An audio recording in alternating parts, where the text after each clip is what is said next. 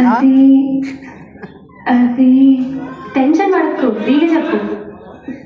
Mature అయిన తర్వాత తర్వాత గర్ల్స్ బాయ్స్ని చూస్తే మళ్ళా బాయ్స్ తిరిగి చూస్తే ఒక్కసారిగా ఒళ్ళు జిప్పు మంటదంట. కానీ మీద ఉండాలి, మీ చదువు మీద ఉండాలి, మీ ఫ్యూచర్ మీద ఉండాలి.